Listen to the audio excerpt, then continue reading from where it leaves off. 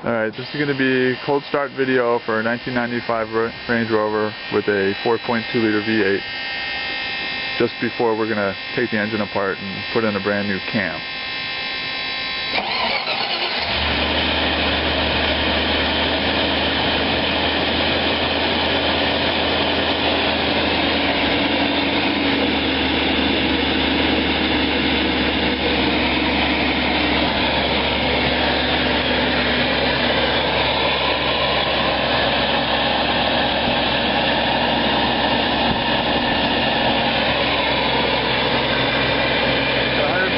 Miles on it. Runs pretty good. We want it to be timed a little better. We're having some issues with the time. Alright, this is the engine still cold. Idling nice and smooth. Got plenty of power. But we want a little bit more when we really get on it on the highway. Alright, well this would be the acceleration at the highway speed.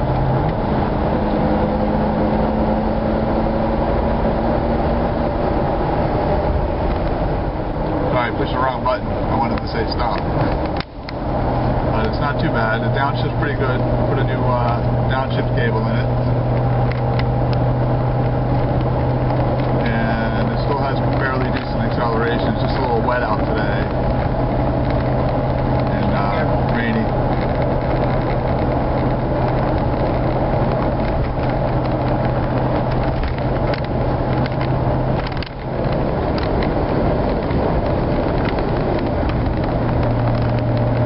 Anti-lock lights on again too. We're straight out. We're looking at some gas again. And hopefully I get my foot to the floor all the way.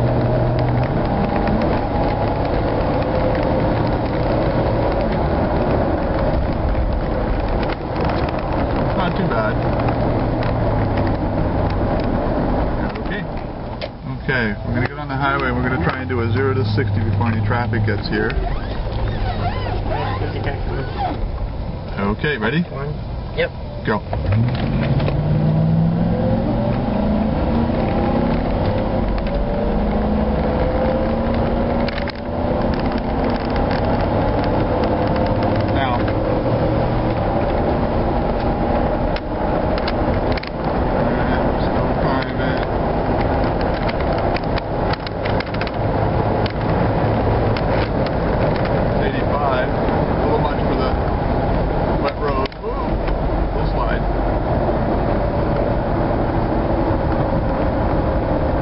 Not too bad. 11.8. How many? 11.8. 11.8 seconds. Ah, we got to do better than that. Alright, here's the beginning of the project. The car's inside out of the rain. Power wash the engine the best we can. That 0 to 60 time was with the stock filter on it. And we're going to remove the hood, put that up on the top. That way we can work on it without taking our flesh off on the hook there. And we'll start taking it apart. Okay. Alright, just a little go around so we can see where stuff goes back together. Just in case we forget something here. My mother went to the apartment. She did? Yeah. I didn't know that. So they were late. They were early. They were early. No, because they called me at 2:30.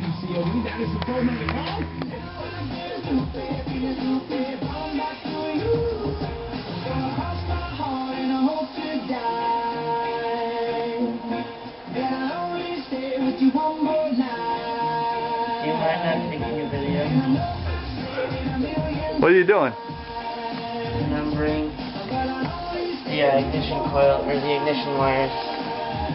That way when we put it back together, we could just put the cap right on there and then lay the wires out. We don't have to try and resize it. Okay? Because we custom cut those. Okay, it's always a pain in the butt to drain a radiator, when especially we don't have a hose or a drain tube. So what we've done is used a primer, and we dipped a line down into the top of the radiator where it allows it for a vent when you're filling it. And we're going to drain the radiator this way, that way we don't make a mess all over the floor. Everybody can see that. It's just a piece of vinyl tubing dipped down in there, and then we draining it into a clean 5-gallon pail. And Dirty. Yeah, it looks dirty. We'll test it before we stick it back in and see if we're going to reuse it or put some new stuff in.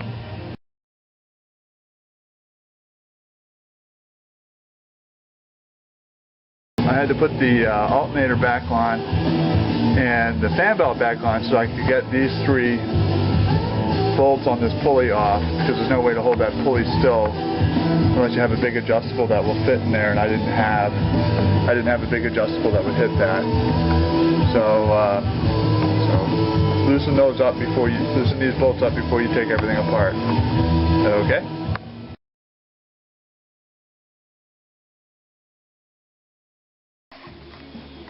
Okay, go. Ready? Let's use a golf club. Yes! Yes! It did it! We got it! Yes!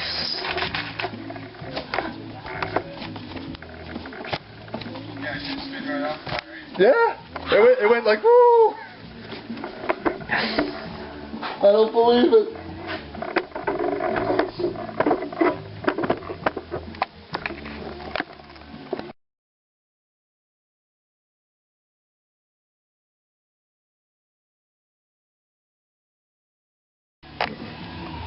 Okay, just to give a run around, a little history. The engine's got, well, the car's got 146,000 miles on it, but the engine, when we got it, we were told that it only had about 8,000 miles on it. And we have a little bit of loss of power, didn't seem to have what we thought it should have. And we're having timing trouble, so we started tearing into that. And what it looks like is, you can see the different color that what they did is they put a remanufactured block in there and put the old heads back on, because you can see the different shades of the metal, which is fine.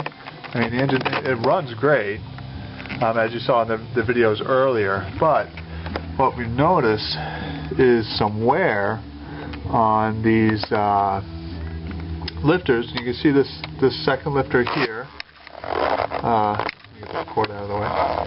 Has some chatter marks on it, on the bottom. I don't know if you can really see it, but there's some lines on it, and that's on a couple of them.